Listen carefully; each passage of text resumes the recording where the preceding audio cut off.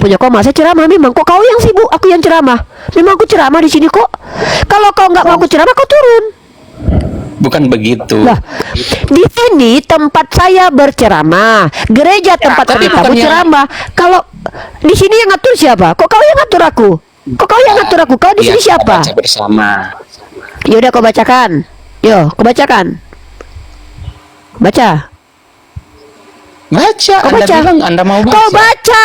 Inilah kenapa Kristen dikatakan Yesus bani anjing. Oh iya, saya mau baca. Karena ternyata hanya bisa menggonggong. Saya betul-betul kaget waktu Yesus mengatakan di luar Yahudi itu adalah bani Lihat. anjing. Saya kaget. Serius nih ya. Nih.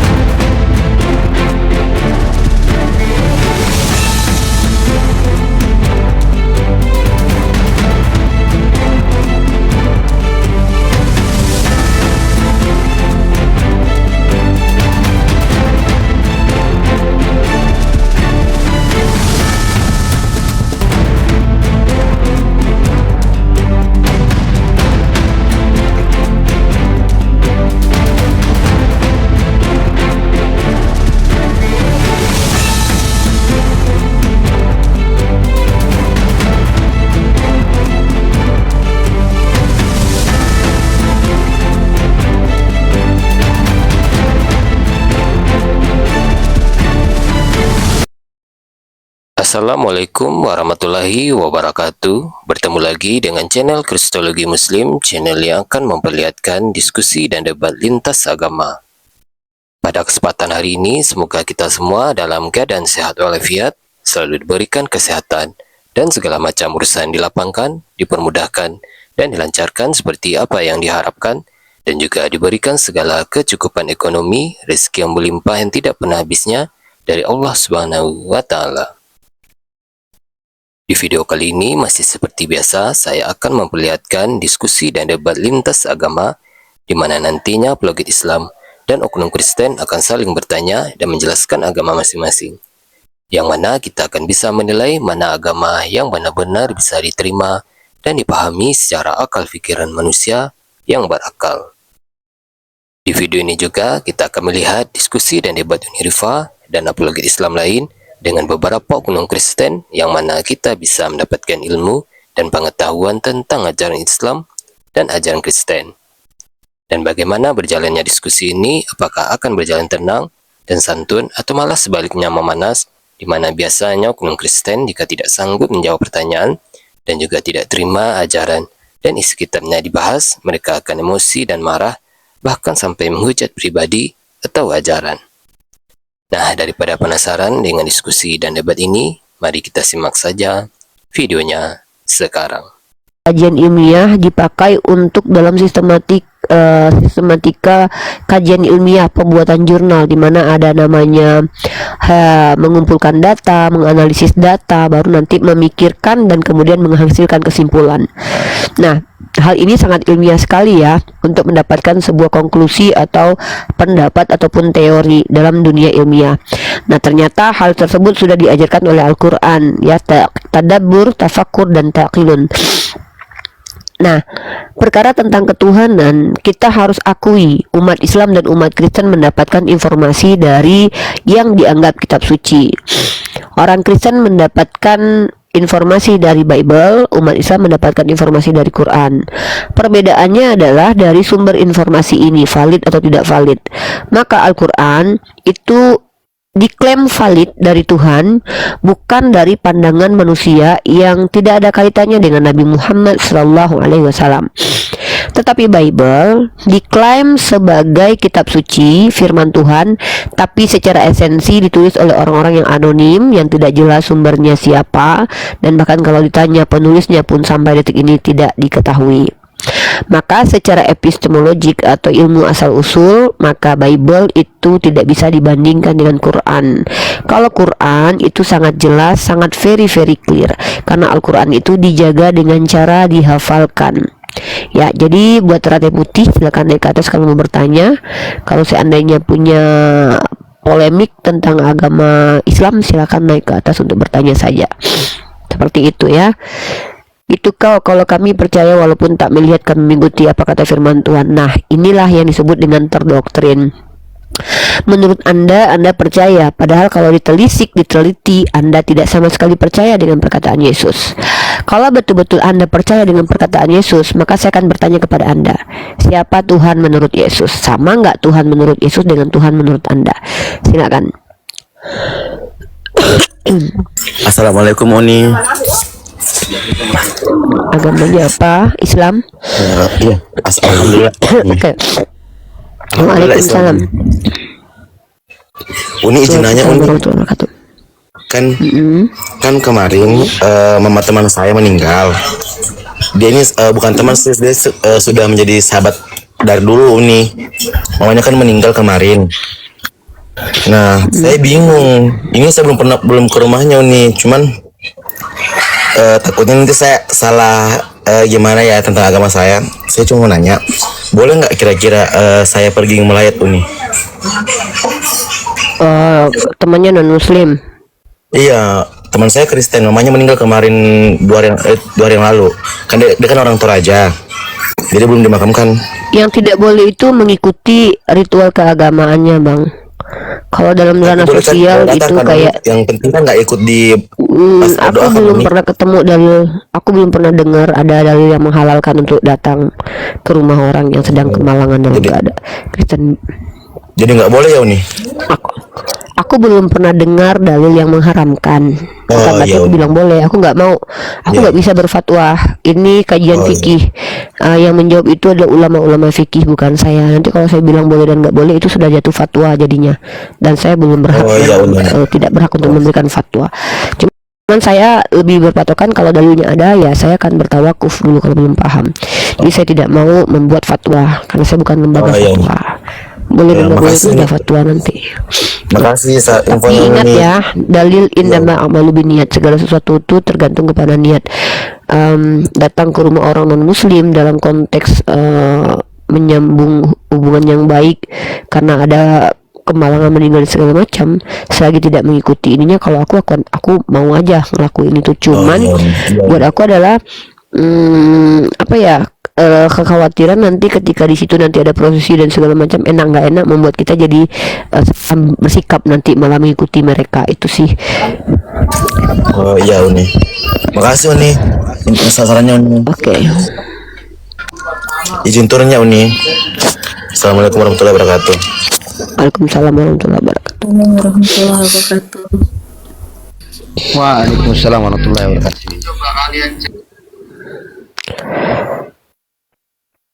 Bible ajar kasihilah sesamamu seperti dirimu sendiri. Adakah ajaran yang lebih baik dari itu? Sejak kapan itu dikatakan ajaran baik? Kasihilah sesamamu seperti mengasihi dirimu. Masalahnya adalah di agama kalian diajarkan cara mengasihi diri sendiri dengan menderita. 1 Petrus pasal 2 nomor 19.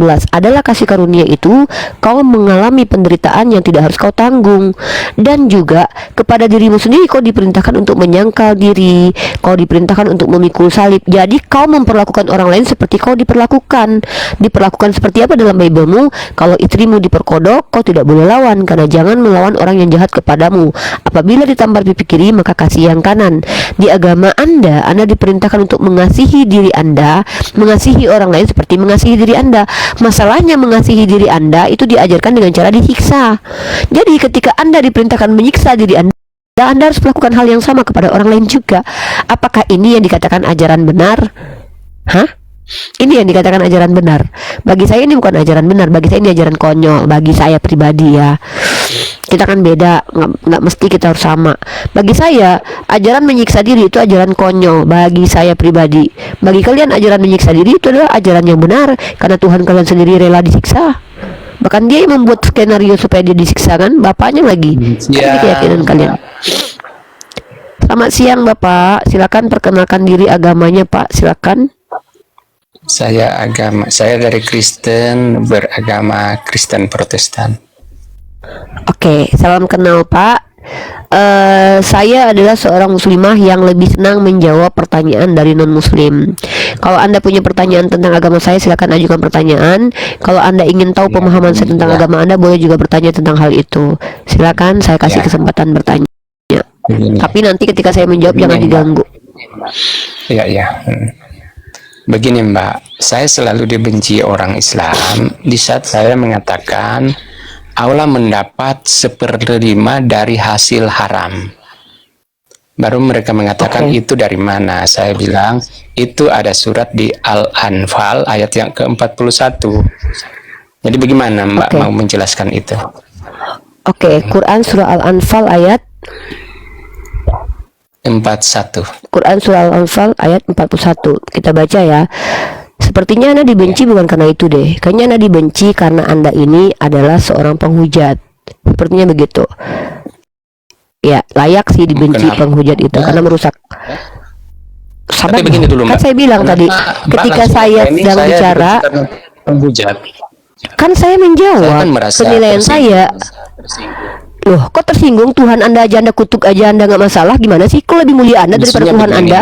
Tuhan Anda aja dikatakan terkutuk Anda nggak masalah. Iya, bagi saya Anda kok lucu sih, kenapa sih orang Kristen ini ketika bertanya ke saya lalu saya diintervensi untuk menjawab?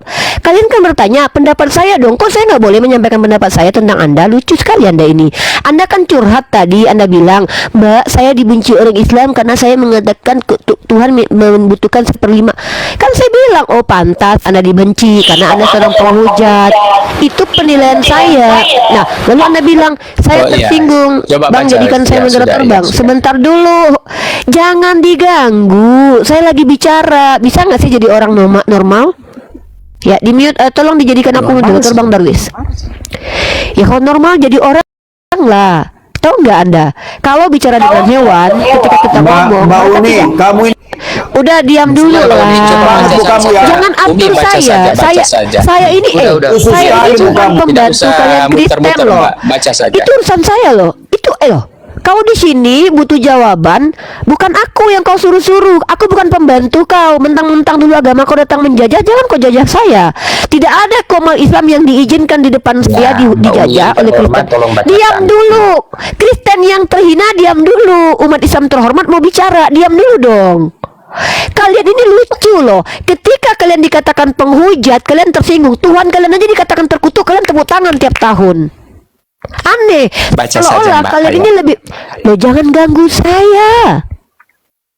Bisa nggak?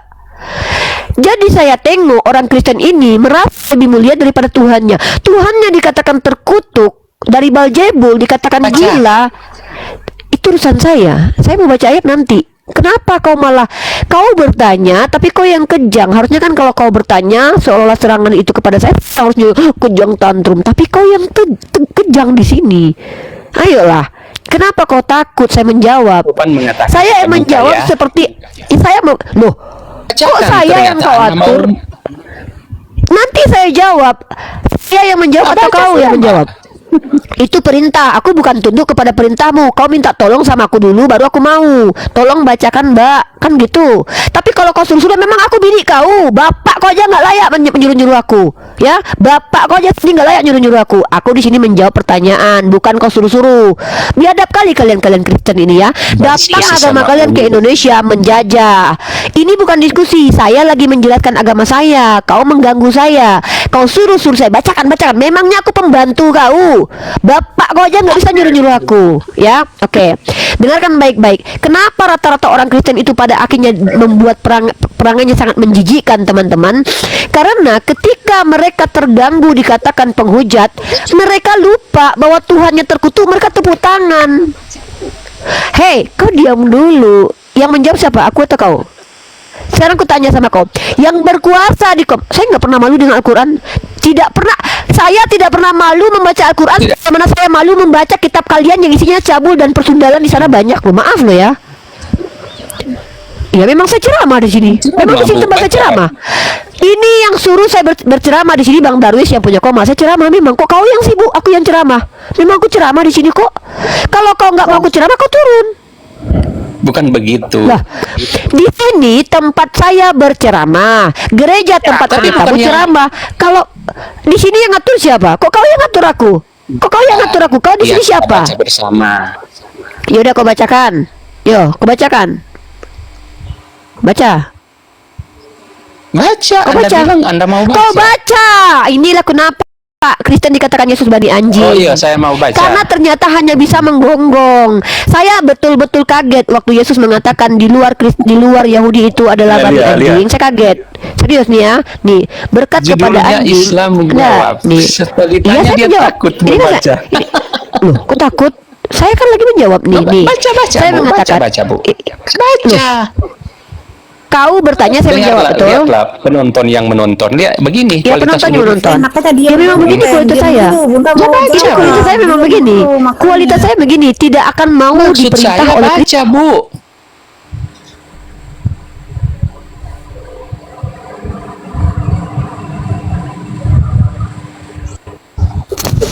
Kena Uniriva, kena nih.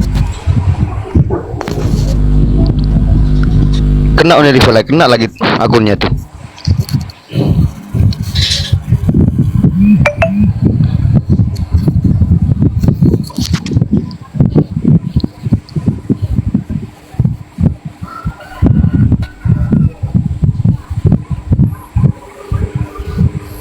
Uni Riva kenapa tuh? Alat tombak-tombakan OTM. Host? Kena tombak, kena tombak. Tuh, Kena tombak, Bang. Kena tombak akunnya. nggak pakai itu ya, anti peluru kayaknya ya. Oten tuh kalau dijelaskan diem dulu gitu loh. Masalahnya begini, Mbak. Tadi kan dia sudah sepakat dia mau membacakan. Iya, Tapi kan bukan dijelaskan. membaca, malah Iya, dia menjelaskan. menjelaskan loh. Saya tahu, saya sudah berapa kali diskusi sama dia, tapi dia mau muter lagi. diam dulu. Ya, mau muter enggaknya Iya. nanti itu urusan saya. Diam dulu. Di sini kau bukan majikanku. Kenapa umat Kristen tidak akan pernah mau diperintahkan oleh Kristen? Kenapa umat Islam tidak akan pernah mau dijajah oleh orang Kristen? Karena itu udah pernah kalian lakukan dulu. Sekarang nggak bisa. Kami yang menjawab, kami yang mengatur. Apa yang kami jawab, bukan kau. Ya, karena kami bukan tunduk kepada perintahmu. Oke. Teman-teman perhatikan ya. Perhatikan baik-baik. Saya mengatakan, kenapa saudara-saudara Kristen kita ini dikatakan Yesus itu setara dengan kunarion atau binatang. Saya tadinya nggak percaya, teman-teman. Tapi setelah saya mempelajari karakter teman-teman kita Kristen, baru saya percaya kepada Yesus. Karena Ibu Rita Wahyu mengatakan bahwa mereka ini setara dengan binatang yang disebut dengan kunarion. Ternyata Kasih ini dulu loh nih. ayat 41-nya. Oh, Bisa nggak sih saya diam? Al-Anfal ayat 41 bunyinya begini kok lah. Bukan, itu bukan Al-Anfal. Al-Anfal ayat 1 nggak gitu bunyinya. Saya lagi Konsisten. menjelaskan. Kenapa sih yang menjelaskan? Kenapa sih Apa yang yang menjawab kita saya kok? bicarakan, Bu? Kok saya yang ngomong kok dia yang kejam Tombak gitu? lagi ini nih. Oh iya, saya turun lagi ya. Oke, saya turun dulu. Assalamualaikum warahmatullahi wabarakatuh. Izin semuanya. Turun dulu nih, turun dulu nih. Kepengenan si Ben dia makanya ditoprak terus. pengennya seperti apa Rifah. menurut 72 bidadari. Janganlah main tombak-tombak. Coba ya begini kan Bang, dia kan sudah ya nanti saya baca itu judulnya saja Islam menjawab. Ya, Tapi yang masalahnya dia bukan menjawab tentang ayat yang saya tanyakan, tahu, Bang. malah dia menyerang balik. Dia menjelaskan Kristen inilah dari pembicaraan kita tadi. yang ingin sampean Ya, kalau misalkan Uni Riva ini kan temanya kan Islam menjawab ya Bang, berarti nggak perlu disanggah karena butuh dijelaskan kan gitu. iya tapi penjelasannya Pak begini. Kalau penjelasan berkaitan dengan ayat yang saya tanyakan saya terima. Tapi ini penjelasannya kok tentang kekristenan. Sorry ya. Komparasi itu Yesus Bang, berkata itu namanya begini. menjawab dengan komparasi Ya, Bang ya. bentar. Mohon Coba saya, didengarkan Bang biar ya. saya yang coba saya bisa menjelaskan nggak? Ya. Pertama, Lanjut, Umi. saya Lanjut, kalau Umi. masuk di Komal Kristen itu bukan diatur sama orang Kristen saya. Saya kalau jadi narasumber di Komal orang Islam, haram jadah bagi saya diatur sama Kristen. Kristen ini naik ke tempat kita itu dapat ilmu. Kalau kita dapat ilmu di kampus sudah bayar, kita pun nggak bisa ngatur dosen loh. Kristen naik ke tempat kita udahlah bertanya dapat ilmu, bukan berarti ketika mereka kita izinkan bertanya mereka nyuruh-nyuruh kita, kau baca, aku bukan pembantu kau, aku guru bagi bapakmu, keluargamu dan juga pendetamu, jadi haram jadah bagiku disuruh-suruh. Bunyinya ya. Bisa nggak saya bingung, yang nanya dia kok yang jawab saya dia yang tantrum gitu loh. Nah, saya memberikan kepada pengalaman kepada teman-teman yang lain. Inilah Kristen kalau naik ke tempat kita, terkadang mereka itu bukan ingin bertanya kepada kita untuk tahu, tapi ingin menjajah seperti nenek moyangnya dahulu. Naik ke sini, ya kan? Terus naik ke sini, kau baca. Memangnya kau siapa nyuruh-nyuruh? Kami di sini punya kewajiban memang menjelas, tapi bukan mengikuti yang kau suruh-suruh. Gitu loh ya. Nah, oke, diam dulu. Diam dulu di mute. Nah, baik teman-teman ya. Bismillahirrahmanirrahim. Assalamualaikum warahmatullahi wabarakatuh yang di YouTube. Kembali lagi, Kristen hanya bertanya saja sampai mereka kiamat kurang 2 hari. Mereka bertanya saja. Kenapa saya katakan begitu?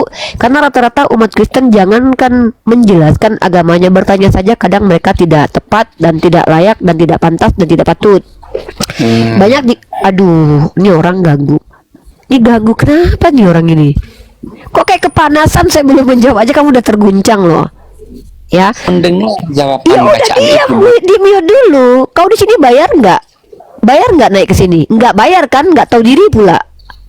Sudah diam dulu. Di sini saya narasumbernya. Bahkan saya lebih berkuasa daripada Tuhanmu di sini loh. Ya, kalau iya jelas. Kalau saya suruh kau turunkan sama Bang Darwis akan ikuti mauku loh, turunkan. Tuhan kau pun nggak bisa menghentikan kau diturunkan. Makanya diam. Makanya diam. Saya mau bacakan, makanya diam. Diam ya. Oke. Baik, pertanyaan. Aduh, Kristen diam ya. Oke, ada yang ini, ada yang double nih. Oke. Aduh. Kita akan bacakan Quran surah Al-Anfal ayat 41. Ya, Al-Anfal ayat 41. Bismillahirrahmanirrahim, kita bacakan. Oke. Ketahuilah sesungguhnya apapun yang kamu peroleh sebagai rampasan perang, maka seperlimanya untuk Allah, Rasul, kerabat Rasul, anak-anak yatim, dan orang-orang miskin. Jika kamu beriman kepada Allah dan kepada apa yang kami turunkan kepada hamba kami Nabi Muhammad pada hari Al-Furqan, pembeda, yaitu pada hari bertemunya dua pasukan, Allah Maha Kuasa atas segala sesuatu. Nah, di sini kau bertanya, jadi ketika harta rampasan perang itu seperlimanya milik Allah. Bukan cuma seperlima, segala sesuatu ini milik Allah. Karena segala sesuatu yang menjadi milik Allah itu akan diberikan kepada siapa yang Allah kehendaki. Dan harta rampasan perang itu yang diberikan kepada Allah bukan berarti Allah membutuhkan, tetapi harta itu diberikan kepada orang-orang miskin, kaum kafir. Kenapa? Di hadis lain dikatakan kalau menjenguk orang sakit sama seperti menjenguk Allah, kalau memberikan kepada orang miskin sama seperti memberi kepada Allah. Seperti itu cara memahaminya. Dan sebenarnya hal itu tidak aneh sebenarnya kalau kalian itu adalah orang-orang yang beragama. Karena apa? Di bilangan pasal 31 nomor 25 Tuhan kalian bahkan minta upeti perawan loh, ya. Beda ya, Tuhan saya itu mengatakan seperti jangan ganggu saya, jangan ganggu saya. Saya jangan ganggu, saya jangan diganggu. Saya lagi menjelaskan. Tolong ya kalau saya sedang menjelaskan, tidak ada yang berhak mengganggu. Seperlima untuk Ya, Allah. kalau nggak saya ludahi kau nanti ya. Nah, kenapa kau bingung ketika seperlima itu punya Allah, karena segala sesuatu memang punya Allah dan akan kembali kepada Allah. Kok kau bingung sementara Tuhan kau minta upeti perawan? Nah, ini baru kau tanyakan, kenapa Tuhan kau butuh perawan? Kenapa? Kan Tuhan kau yang minta upeti perawan ini kan belum punya kelamin pada waktu itu. Apa gunanya perawan sama dia? Dan pertanyaannya, bagaimana cara membedakan perawan dengan yang nggak perawan pada waktu itu? Dikobel-kobel kah, dicolok-colok kah, atau dicoba? Kita nggak pernah tahu itu.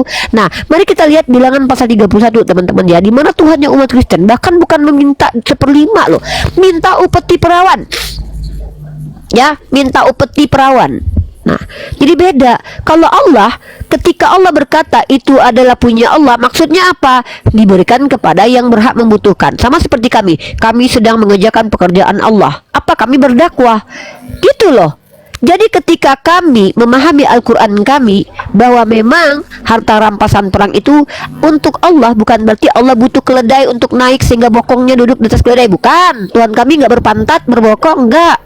Bukan berarti Allah Subhanahu wa taala butuh makan ikan goreng karena lapar, bukan. Tuhan saya nggak butuh perahu untuk tempat tidur berlayar, tidak.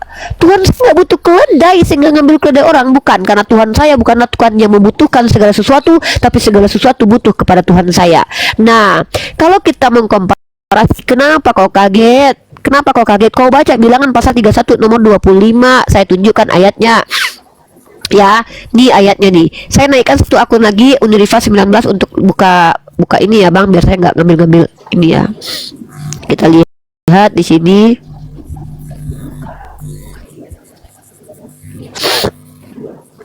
Saudara Kristen, kalian itu nggak pernah baca Bible kayaknya ya. Tuhan kalian itu minta upeti perawan loh. Kenapa kalian nggak kritisi itu? Tuhan kami nggak ada minta upeti perawan loh ya, nggak pernah. Nah, coba saya naik satu lagi akun 19 Bang Darwis. Ya, ini namanya komparasi. Jawabannya sudah saya jelaskan ya.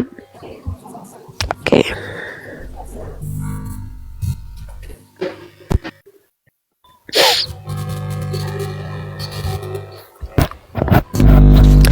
Nah, jadi kalau kita lihat di sini guys, Bilangan pasal 31 di sini berbicara tentang mengenai jarahan.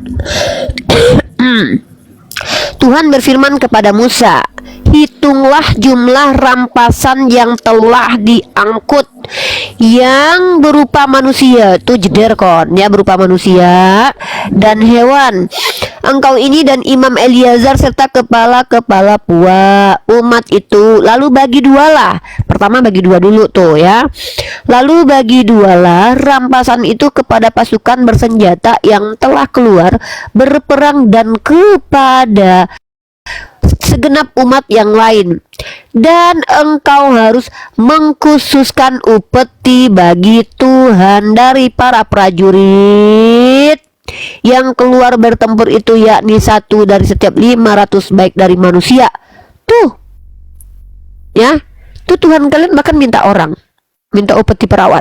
Oh ya, kadarallahnya kalian harus tahu ya, bahwa perempuan-perempuan yang diambil itu perempuan-perempuan yang masih perawan. Begitu. Gitu ya. Jadi itu, nah, kalau kita bicara Quran surah Al-Anfal, itu sama konteksnya, yaitu tentang harta perang. Al-Anfal ayat 41.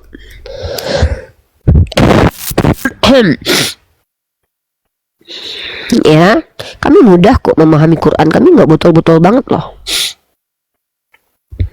Nih, Al-Anfal 41. Nih, ketahuilah sesungguhnya apapun yang kamu peroleh sebagai rampasan perang, maka seperlimanya untuk Allah, Rasul, kerabat Rasul, anak-anak yatim, orang miskin, dan ibnu sabil. Jika kamu beriman kepada Allah dan kepada apa yang kami turunkan kepada hamba kami Muhammad pada hari Al-Furqan, pembeda, yaitu pada hari bertemunya dua pasukan Allah Maha Kuasa atas segala sesuatu. Nih, mau tafsir wajiznya ada, tafsir talilinya ada.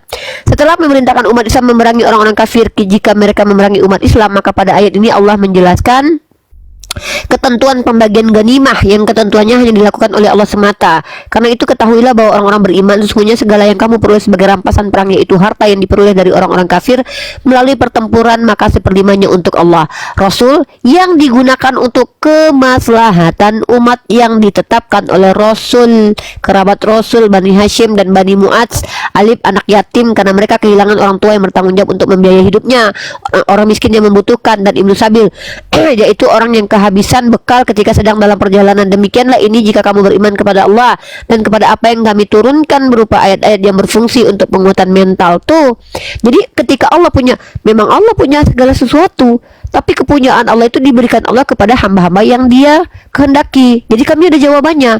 Nah, lucunya kalian Kristen mengkritisi Allah yang mengatakan bahwa harta rampasan itu seperlimanya untuk Allah.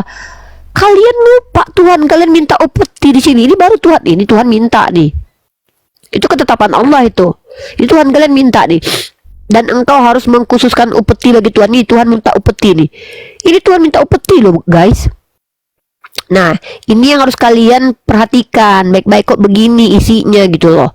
Kok bisa-bisanya Tuhan minta upeti perawan. Nah, itu. Ya ini nih. Dan engkau harus mengkhususkan upeti bagi Tuhan daripada prajurit yang keluar. Ini baru kalian tanyakan harusnya. Ya, seperti itu. Jadi kalau Tuhan minta mohon maaf ya aku bilangnya tuh kayak vagina perempuan perawan itu buat apa gitu loh. Kenapa Tuhan kalian tuh kayak milih-milih gitu loh, yang janda nggak suka gitu. Tuhan kalian nggak mau janda ya? Kasihan banget janda-janda di agama kalian nggak dihargai banget gitu ya. Kenapa harus perawan gitu loh? Apakah yang harus melayani Tuhan yang harus perawan gitu? Emang penting mekinya itu udah dipakai atau enggak gitu? Maksud aku, apakah bukan karena kesalehan gitu loh? Emang sudah dijamin mekinya yang masih perawan itu anaknya saleh nanti gitu? Maksud aku tuh gini loh guys, kalau aku ya milih-milih teman gitu, nggak penting dia virgin atau enggak, mekinya bau apa enggak, yang penting dia baik atau enggak kan gitu ya. Tapi Tuhan kalian kok milihnya berdasarkan meki ya? Itu pertanyaan aku. Ini pertanyaan yang penting nih. Ini baru pertanyaan nih. Kenapa ya Tuhan kalian malah pilih mekinya yang masih virgin gitu? Lagian orang mau berantem, orang lagi perang guys. Tuh orang lagi perang loh. Terus Tuhan kalian sempat-sempatnya berfirman, pisahkan yang mekinya masih perawan dengan yang mekinya udah bolong. Pertanyaan gue adalah, itu para tentara Israel membedakan meki yang udah bolong dengan yang virgin tuh gimana caranya? Dibuka dulu celana dalamnya, diintip gitu. Ngangkang, kamu perempuannya bagi dua, antrian dua. Yang satu yang buat yang perawan, yang satu buat yang udah mekinya bolong. Yang udah bolong sini, kepalanya penggal, capak, karena dibun-bun dong, kan di situ dibun-bun, bun-bun lah semua yang udah nggak virgin. Jadi kalau ada perempuan yang ketakutan dibun-bun, dia ngaku dong, saya masih virgin. Nah percaya aja gitu Bani Israel, enggak, dikobel dulu gitu, dibuka celana, nyungging, lihat dulu lubangnya, gitu kah? Nah ini baru menjadi pertanyaan buat kepala aku sampai detik ini gitu. Ini Tuhan nyuruh orang bedain virgin dan nggak virgin itu caranya gimana gitu? Digesek dulu kan sama si Bani Israelnya. Coba kobel dulu deh. Oh ini masih, oh ya udah. Nah pindah deh. Apakah begitu? Begitu kah? Ah ini baru jadi pertanyaan. Atau dicicip dulu. Nah ini baru menjadi pertanyaan seharusnya secara logika. Tapi kalau yang tadi kalian tanya, harta rampasan perang itu milik Allah, loh semua dunia ini milik Allah kok, what's wrong? Tapi kan ketika Allah memiliki dunia, dunia ini diberikan Allah kepada hambanya gitu loh, kan gitu. Terus Tuhan kalian yang butuh meki kudus buat apa? Gunanya apa? Diapain perempuan-perempuan itu? Itu baru pertanyaan gitu. Karena gue sebagai orang yang udah nggak virgin tuh merasa tersinggung tuh Tuhan kalian kayak gitu. Kok gitu loh. Nanti jadi kayak, tau nggak kalian, kayak direndahin orang-orang yang udah nggak virgin gitu loh. Kami nggak virgin gara-gara memberikan anak kepada suami-suami kami. Tiba-tiba Tuhan kalian kalau udah nggak virgin, bun-bun aja udah. Kalau masih virgin, pakai aja, ambil. Jadi kan ngeras kayak gimana gara-gara selamat nggak selamat gara-gara apem bolong dan enggak, kan nggak masuk akal gitu loh. Mungkinkah menurut teman-teman Kristen selamatnya wanita di hadapan Tuhan karena apem? Kan nggak make sense. Kalau di otak aku tuh nggak make sense gitu. Ini baru buat aku tuh kayak nggak masuk akal. Lu dibun-bun Tuhan nggak, gue selamat gara-gara apa? Apem gue dong, belum pernah dipakai. Itu perempuan itu kenapa dipenggal palanya? Apemnya udah bolong.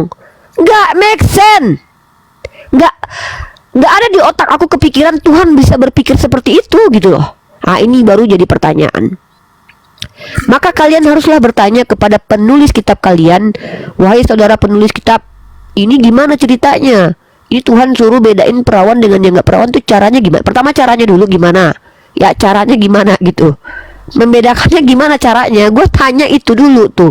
Apakah setiap perempuan disuruh berjejer buka celana dalam nungging? Jadi ada tukang intipnya gitu. Apakah begitu?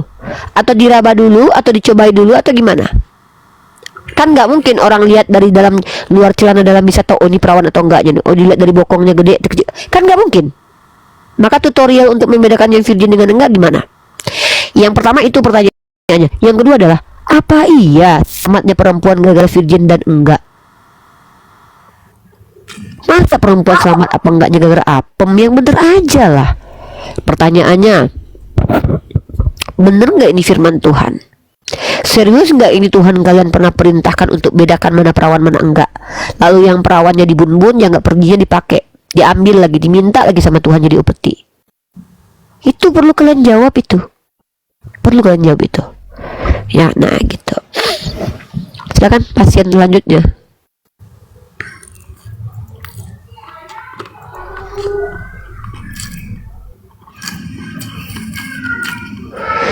Ya silakan bertanya saja ya. Dan jangan pertanyaan kalian itu narasinya itu merendahkan agama saya.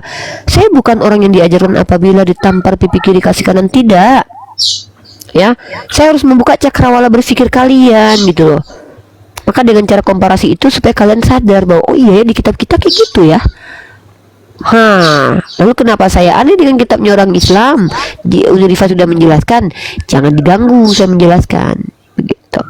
Silakan. Selamat siang Abu Saeb, monitor. Selamat siang Bang Abu Saeb.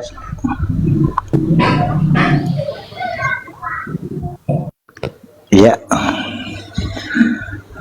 ternyata hanya jadi berhala di atas.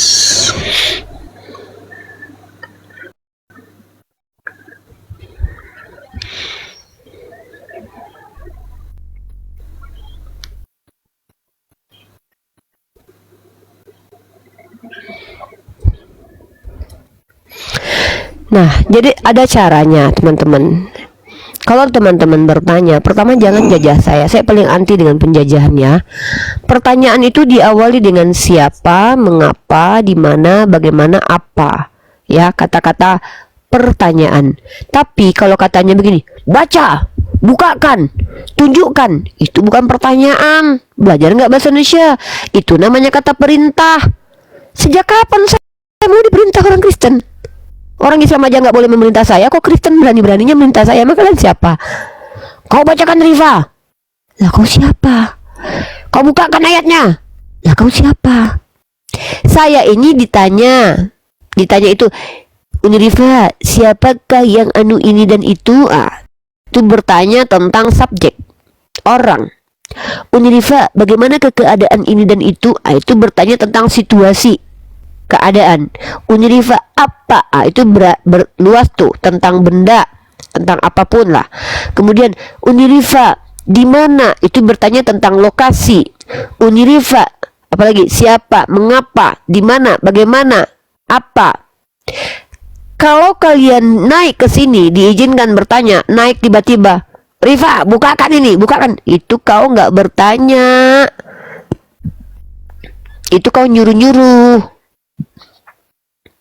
Dan aku jangan pernah bisa kau suruh-suruh dimanapun. Haram jadah bagiku dijajah sama Kristen. Aku anti penjajahan. Sebab segala penjajahan harus dimusnahkan di muka bumi ini. Ya itu prinsipku. Salah kalian. Kecuali saya ini dosen atau guru PAUD. Kalau ada anak kecil, ya anak kecil, Bu Guru temenin aku aku mungkin aku terima. Ya kenapa? Mereka aku mungkin aku terima. Kalian di sini udah tua. Ya kenapa? Gitu loh. Ya Kredel, silakan. Ya Kredel, selamat siang Kredel. Selamat siang.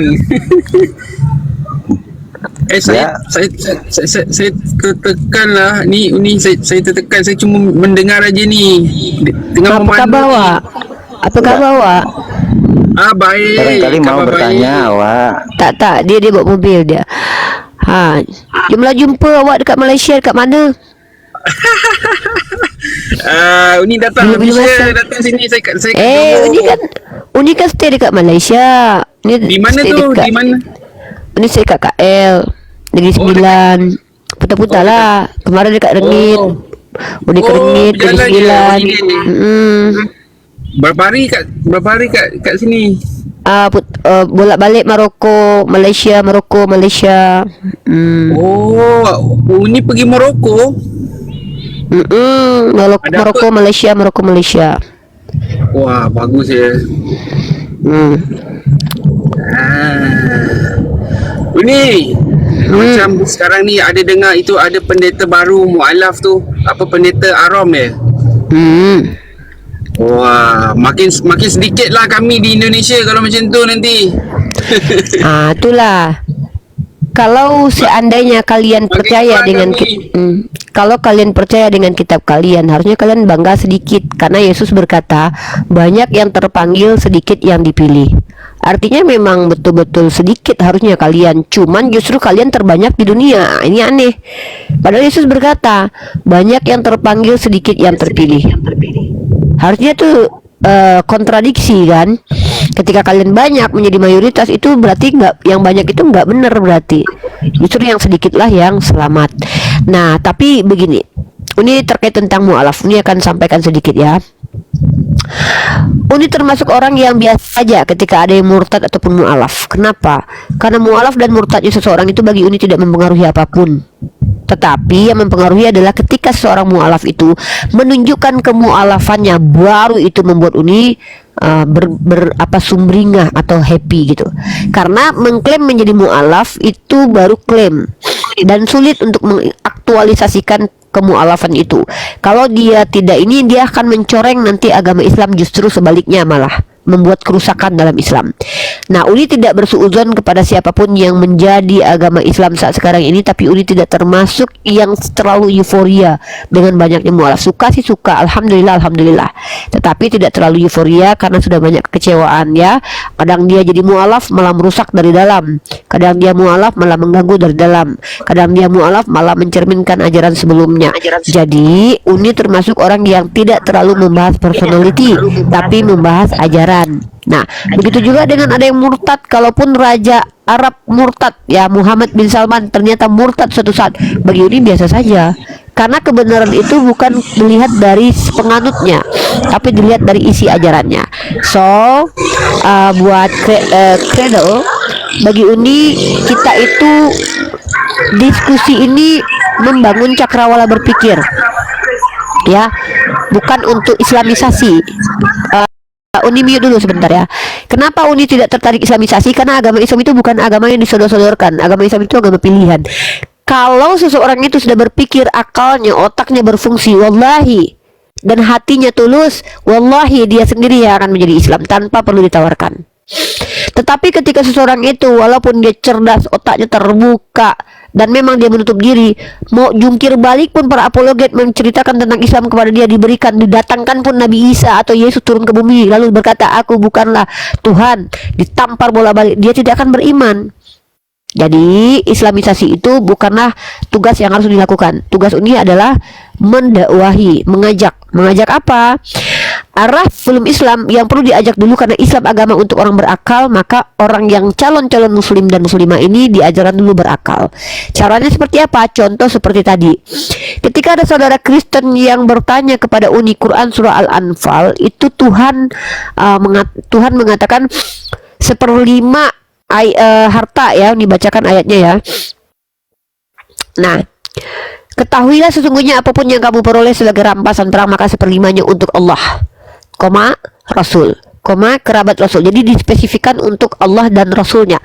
Nah, apakah dengan seperti ini maksudnya adalah Allah membutuhkan harta? Tidak, karena Allah lah yang menciptakan dan menghadirkan harta ke dunia. Dalam pandangan Islam, ketika dikatakan 1/5 harta rampasan itu untuk Allah, artinya dikhususkan untuk kemaslahatan umat, bukan untuk kayak gini nih, rumah masjid itu rumah Allah. Apakah yang sholat di situ Allah? Tidak. Yang sholat adalah hamba-hamba Allah, padahal dikatakan rumah Allah. Ada orang yang menjadi misalnya gini nih, ini adalah milik Allah.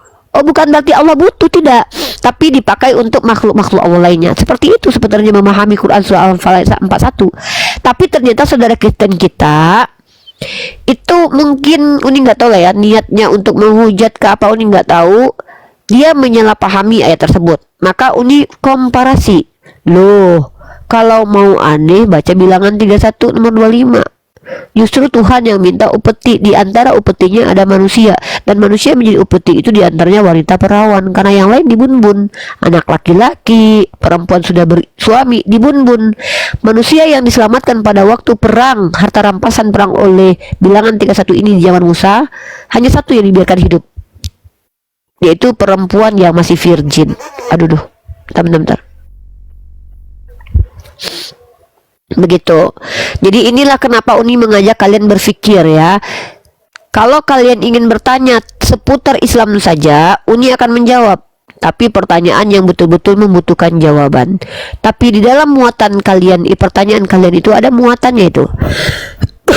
Perbedaan pertanyaan membutuhkan jawaban dengan pertanyaan merupakan serangan, pertanyaan bermuatan hujatan, itu Uni sudah bisa mencerna dan menciumnya.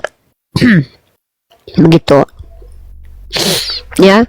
Jadi buat teman-teman Kristen dan Islam naik ke sini kalau bertanya, pastikan pertanyaan itu pertanyaan yang ingin kalian dengarkan jawabannya dan memang kalian butuh jawabannya. Seperti itu. Nah, jadi itu ya.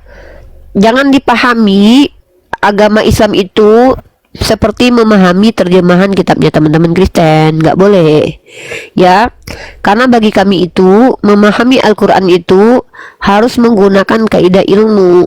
Di antaranya ada kaidah ilmu nahwu sorof, ada kaidah ilmu lughah, ada kaidah ilmu selain nahwu sorof, ilmu lughah, ada harus ilmu mantiknya, kemudian ada hadis di situ. Hampir 12 cabang ilmu yang harus dikuasai ketika kita menafsir Quran. Nggak boleh sembarangan seenak udelnya.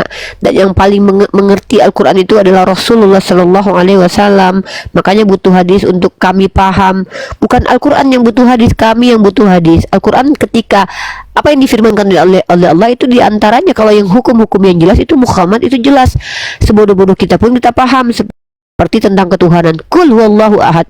Mau sekolah kau mau enggak, mau profesor kau mau enggak, tetap aja kau paham artinya apa. Enggak ada kul huwallahu ahad artinya Tuhan apa. Tuhan itu artinya sebenarnya satu, tapi enggak ada begitu. Enggak ada begitu ya. Ya kan Kang Chan? Nih Kang Chan. Begitu. Ya, mudah-mudahan pertanyaan kalian ada manfaatnya ya. Tapi kalau kalian bertanya itu tidak ada manfaatnya, saya yang kecewa gitu loh. Kehadiran saya ini berharap ada manfaatnya. Ya, kalau cuman buat ngebubukin kalian kayaknya aduh. Ayolah. Apa kalian nggak pengen gitu tahu tentang Islam itu seperti apa, atau pandangan saya tentang agama kalian gimana gitu, supaya kalian lebih cerdas lagi nyuci fisabilillah. Baiklah kalau begitu.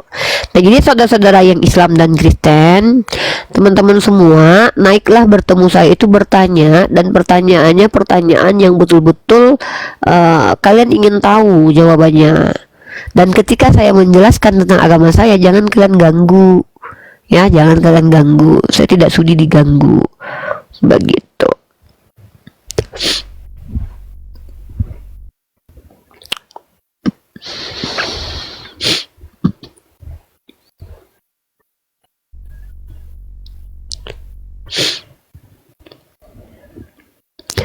Silakan ambil alih Bang.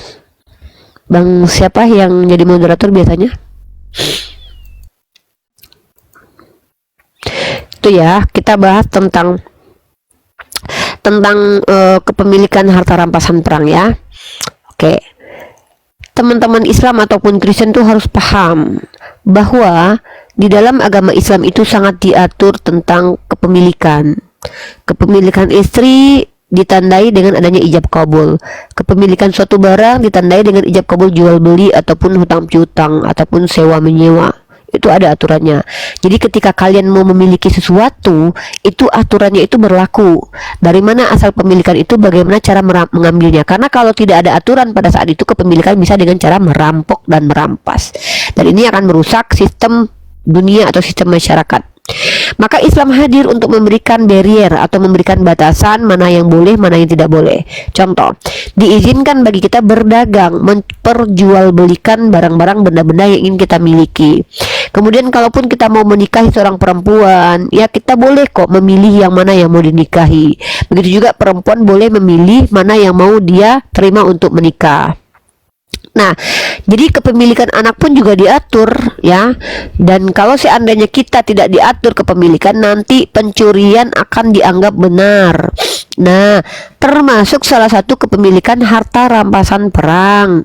Perlu dipahami, yang namanya sebuah dua negara kalau sudah berperang satu sama lain, pasti ada yang menang, pasti ada yang kalah ya. Dan memang itu kehancuran.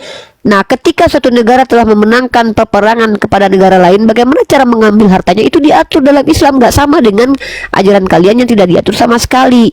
Karena apa? Kebrutalan akan terjadi di situ ketika seseorang memenangkan perang.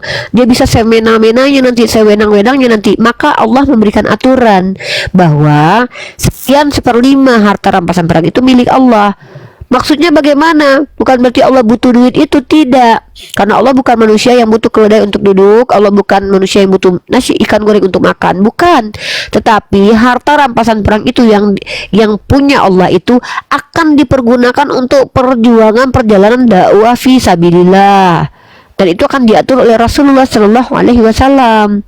Begitu, ya. Dan ini memang antara engkau dan aku tuh ada perbedaan yang sangat jauh, baina sama wa sumur. Nah, silakan ya yang mau bertanya, gimana di gurumu, silakan naik aja kalau mau bertanya. Nggak usah manja mau dijambak ya. Karena kalau kalian dijambak tuh kayak kalian tuh kayak ngerasa ini nanti penting gitu. Nanti kalian suruh-suruh lagi kami yang ada di sini. Saya paling nggak bisa disuruh-suruh orang gitu loh. Bertanya itu ada kalimat pertanyaan. Kalau nyuruh-nyuruh tuh bukan bertanya. Bacakan, bukakan, tunjukkan. Waduh. Maaf ya, saya bukan pembantu kalian, bukan orang yang bisa kalian perintahkan. Maaf, saya membuang waktu dan energi dan ilmu saya itu bukan membuang ya. Saya mengeluarkan energi, waktu dan ilmu itu bukan untuk diperintah sama orang Kristen, bukan untuk dipaksa-paksa ngelakuin yang kalian mau, bukan, untuk menjawab pertanyaan kalian, begitu. Ya. Waalaikumsalam warahmatullahi wabarakatuh semuanya. Silakan naik ke atas. Bang Jumadi gurumu mending naik ke atas dengan cara multi dulu. Wah, ini Diva kok keras orangnya? Enggak, sebenarnya saya lembut. Cuman ketika saya yang lembut ini berhadapan dengan kalian yang penghujat, jangan kau pikir aku akan lembut terus.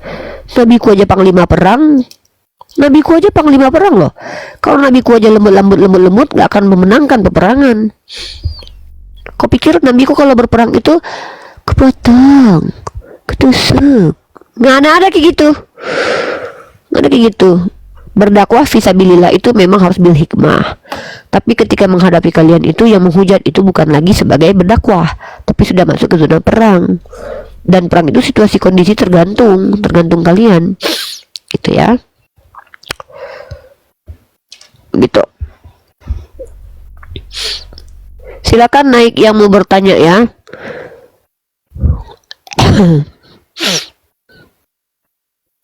Yang mau naik silakan bertanya. Dan saudara-saudara Kristen yang mau naik, ini Uni Rifia siap menjawab. Insya Allah siap, insya Allah. Sesuai dengan yang saya tahu. Kalau saya tidak tahu, saya tidak bisa jawab. Ya.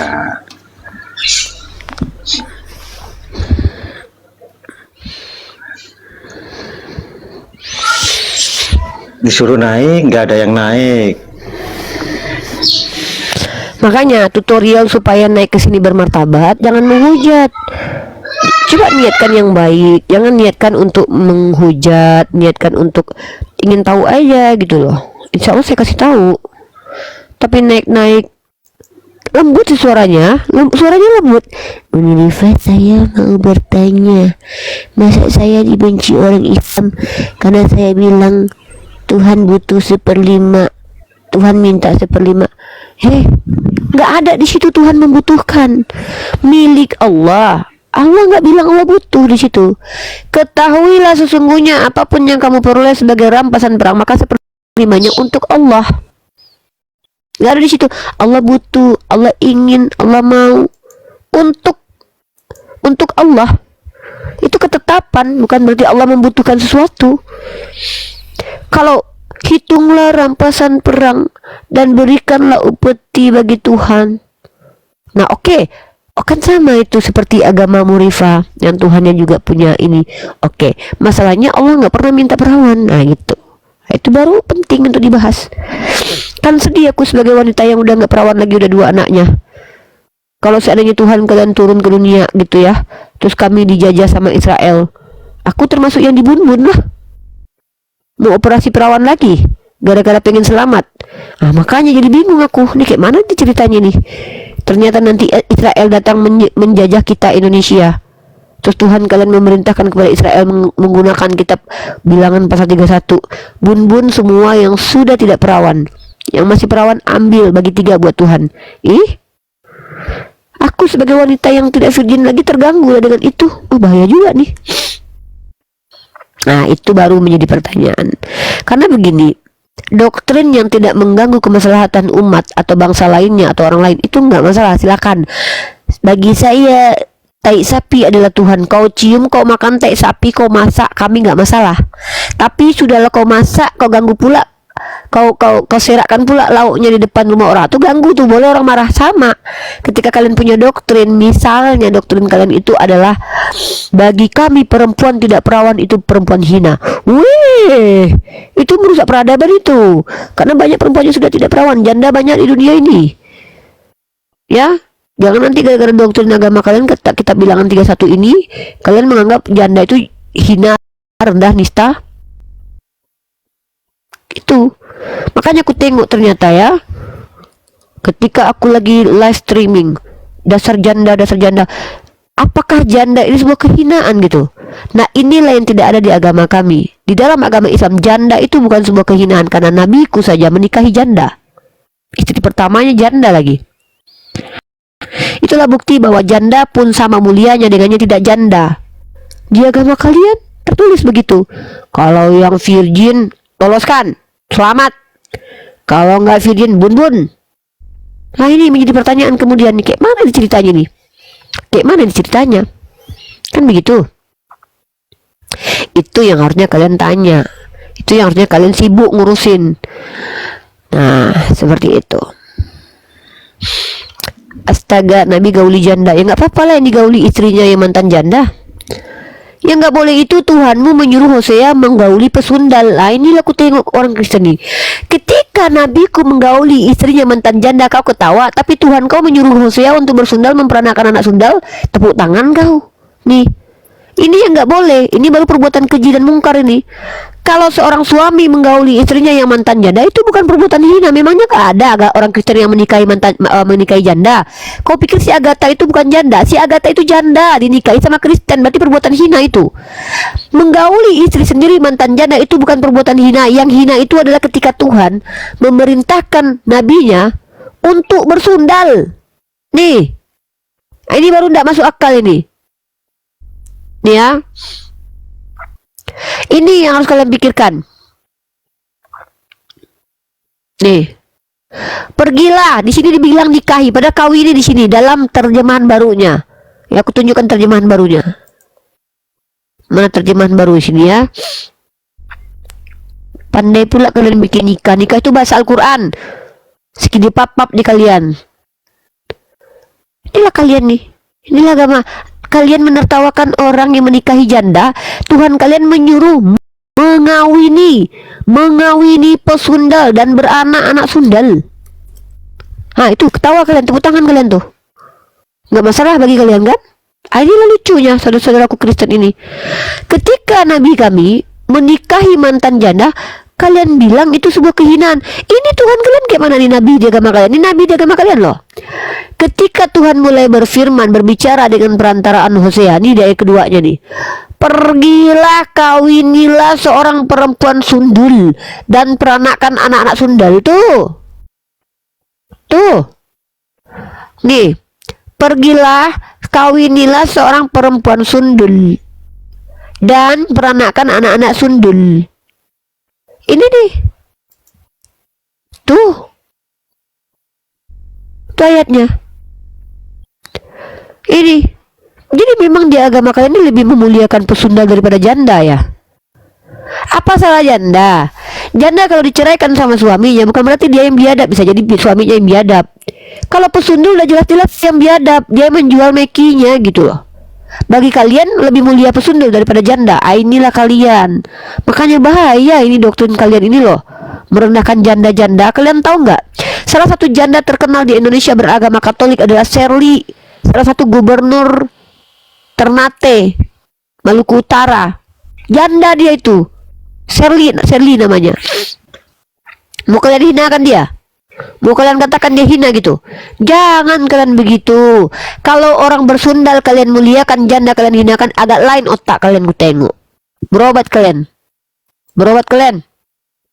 Mama kalian suatu saat bisa janda ketika bapak kalian mati. Gak ada keluarga kalian yang ditinggalkan lakinya, gak ada rupanya. Ya, kalau memang iya, sudahlah lakinya yang selingkuh, lakinya pula meninggalkan dia, tuh hina dia gara-gara dia janda gitu. Lebih mulia pesundal daripada janda di agama kalian begitu? Berpikirlah kalian kalau bicara. Berpikirlah. Giliran seorang pesundal bernama Rahab dibenarkan Tuhan gara-gara berdusta. Katanya kalian nggak boleh berdusta dalam segala hal, dalam 3 hal. Rahab saja dibenarkan karena dia berbohong menyelamatkan Israel dari kejaran orang Yeriko. Kalian tahu itu? Rahab itu pesundal yang adalah nenek moyang Tuhan kalian. Itu, pikir kalian itu, ya. Kalian ini, apa yang nggak harus dihinakan kalian hinakan. Apa yang tidak harus dihinakan kalian tidak hinakan. Lucu kalian ini. Dada aja. Di sini kalian bertanya saja lah ya. Nggak usah kalian tuh menjelaskan agama kalian serius. Nggak apa-apa kalau nggak. Di sini kalian mendapatkan edukasi tentang Islam. Di Islam itu janda itu bukan perbuatan hina. Ya, itu silakan. Bang Haidir. Selamat siang, Bang Haidir. Assalamualaikum kalau Islam. Waalaikumsalam. Nah, iya Bang, barangkali ada yang mau ditanyakan Bang.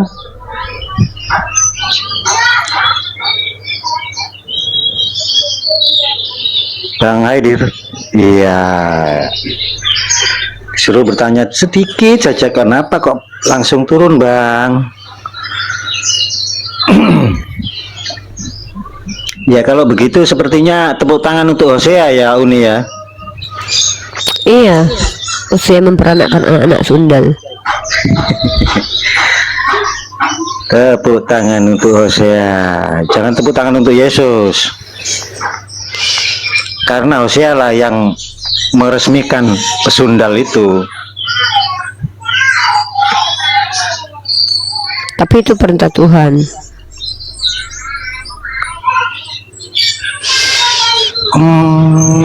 Tuhan memerintahkan. Ya. Tuhan memerintahkan Hosea untuk memperanakkan anak-anak sundal. Hosea ini hanya korban aja, dia disuruh Tuhan.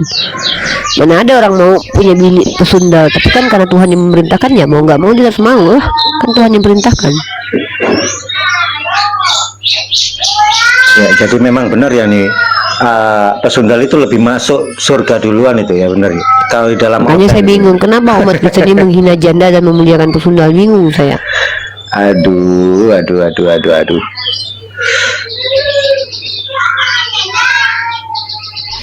Pesundal lebih gampang masuk surga ketika dia bertobat. Kau tunjukkan dulu di ayat itu di mana pesundal itu bertobat. Di situ tidak dikatakan pesundal yang bertobat. Kalau dia sudah bertobat, dia bukan pesundal lagi tapi mantan pesundal. Yang dikatakan Tuhan kau itu pesundal yang masuk surga. Kutanya sama kau dulu ya. Security masuk ke dalam mall. Itu laki-laki yang menjadi security. Tapi kalau mantan security berarti dia bukan lagi security. Kalau security yang masuk mall berarti dia masih jadi security masuk mall. Pesundal masuk surga, ya udah dia berarti pesundal. Profesinya itu bersama dia yang masuk surga. Kalau bukan pesundal yang masuk surga, mantan pesundal masuk surga. Mantan pesundal. Gitu. Ini enggak yang masuk surga, itu adalah pesundal. Coba kau tunjukkan dulu mana dalilnya kalau dia bertobat. Berarti di dalam oten itu kan ada 2 yang masuk surga terlebih dahulu itu ya Uni ya. Pesundal dan pemungut bea cukai itu ya Uni ya. Ya, rentenir sama apa namanya tuh, debt collector lah. Berarti kasihan dong kalau gitu Uni, yang berbuat baik-baik gitu ya. Iya, karena kebaikan tidak menyelamatkan, dan Kristen kan yang menyelamatkanlah darah Yesus.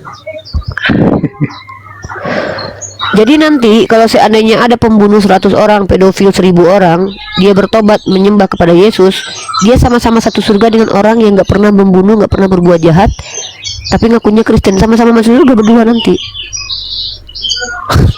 Nanti di surga mereka cerita tuh kayak gitu. Kau dulu ngapain di dunia? Aku udah membunuh 1000 orang. Kok masuk surga kau? Ya aku darah Yesus. Kau? Aku nggak pernah membunuh, nyamuk aja nggak pernah aku bunuh. Kau juga? Ya darah Yesus. Kalau ku tahu dulu membunuh orang yang bisa masuk surga, aku bunuh juga orang-orang jahat sama aku, kan gitu nanti gitu. Artinya tidak ada keadilan di situ. Mau kau membunuh orang, beda di Islam. Di Islam jangan main kau. Jangan kau main-main Kristen, ya.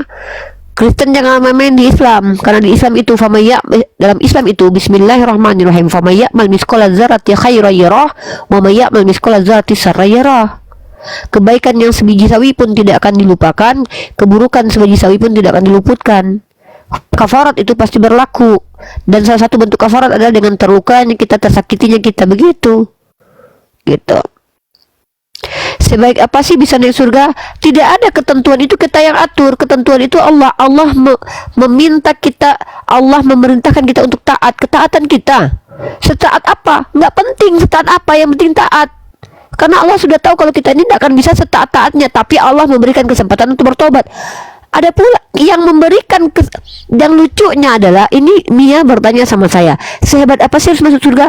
Yang lucunya dalam kitabmu adalah ketika Tuhanmu memaksa manusia untuk sama seperti Tuhan, sebab Tuhan itu adalah kudus, maka manusia harus sama seperti Tuhan. Justru di agama Anda dituntut harus sama seperti Tuhan. Ternyata Anda tidak mampu, maka Tuhan Anda yang membuat Anda seperti Tuhan. Ini yang beda di kita.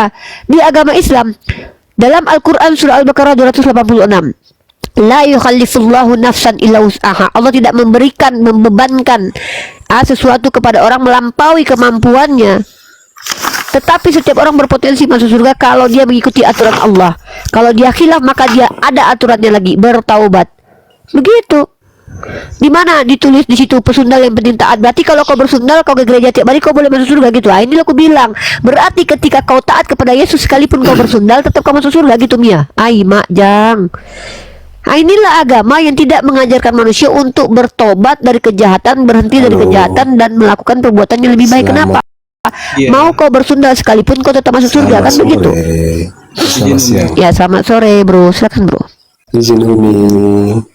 Agamanya dulu, bro. Halo Umi, selamat siang. Ya, siang. Agamanya apa, bro? Saya Kristen, Umi. Oke, di sini Kristen awam, silakan bertanya. Kristen berilmu boleh menjelaskan. Silakan. Oke. Sebelum masuk pertanyaan saya ini, Umi tadi bilang bahwa pelacur dan apa itu lebih mudah masuk surga ya? Di dalam Kristen ya? Iya ya. Karena saya baca dari tadi pernyataan Umi, saya tadi baca di pernyataan Umi, dan setelah saya membacanya ternyata ada jawabannya, Umi. Di Alkitab sendiri katakan bahwa itu memang mereka sudah bertobat, makanya masuk surga. Di mana ayat berapa dikatakan dia bertobat? Ayat saya baca di Matius, kan Matius 21 tuh, Mi ya. Ya, 21 ayat ya 32 ya 31 32 sampai selesai ya. Matius 21 32. Di mana?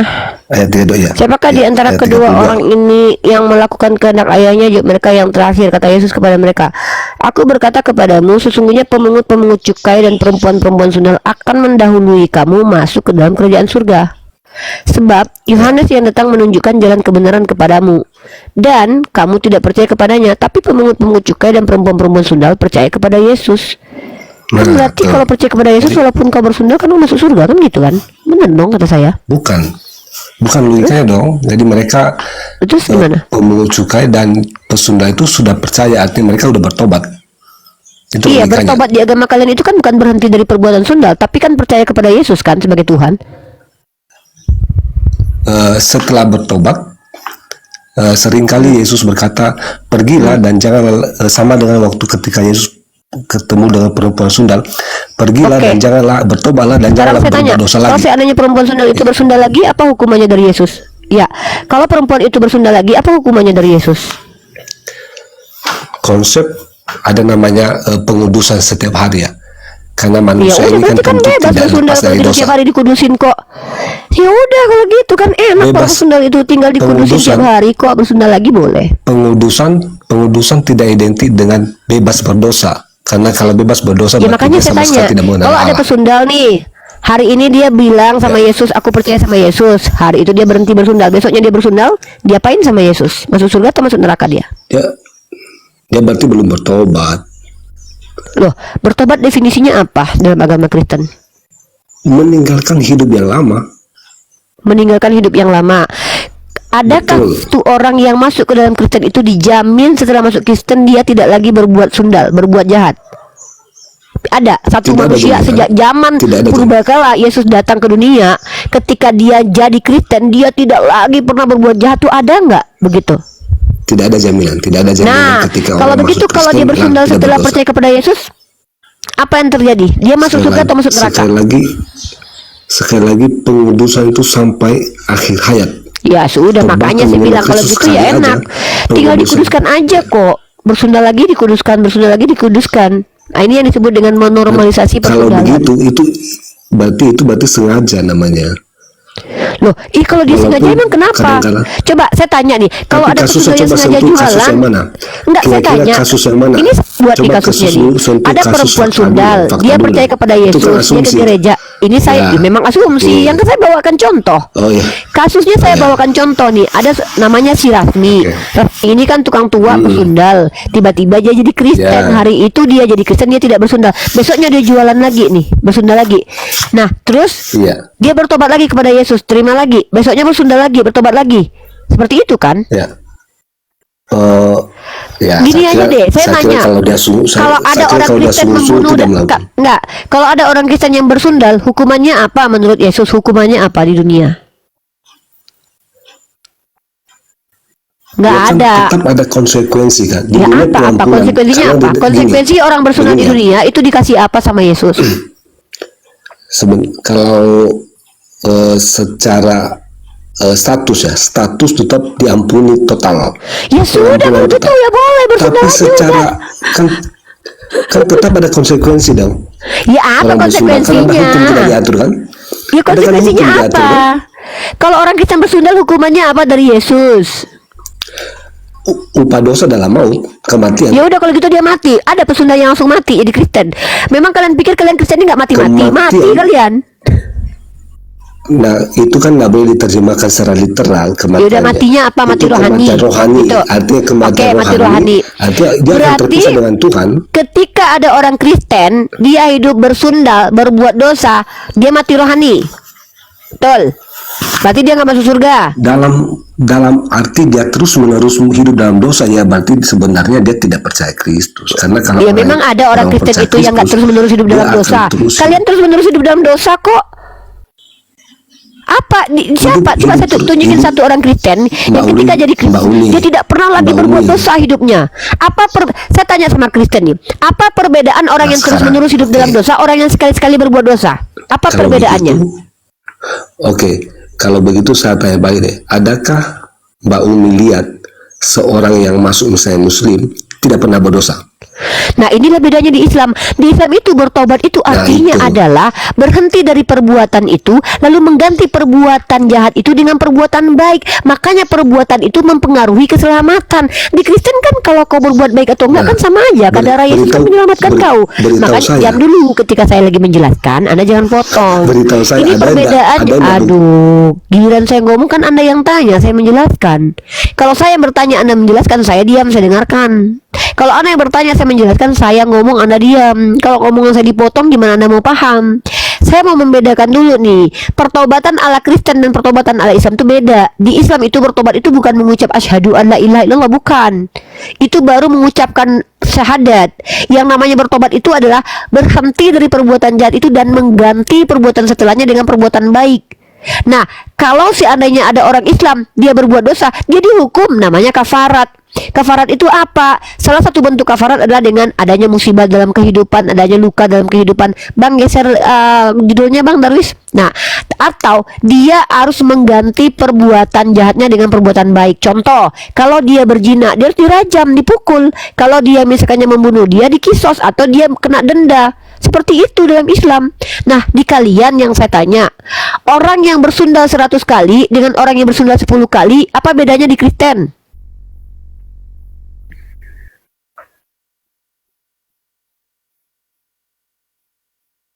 Silakan. Apa perbedaan di Kristen perempuan yang bersundal 1000 kali dengan perempuan yang bersundal 10 kali ketika sudah jadi Kristen? Apa bedanya? Silakan dijawab. Ada nggak bedanya? Ini doang. Saya akhiri diskusi dan debat para apologet Islam yang telah memberikan kita ilmu dan pengetahuan tentang ajaran Islam dan ajaran Kristen.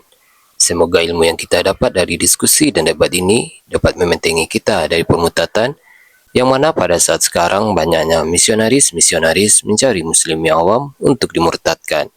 Saya akhiri video ini. Terima kasih kepada saudara-saudari muslim semua yang telah mengikuti diskusi ini sampai habis. Sampai ketemu lagi dan nantikan video-video diskusi dan debat apologet Islam selanjutnya. Assalamualaikum warahmatullahi wabarakatuh.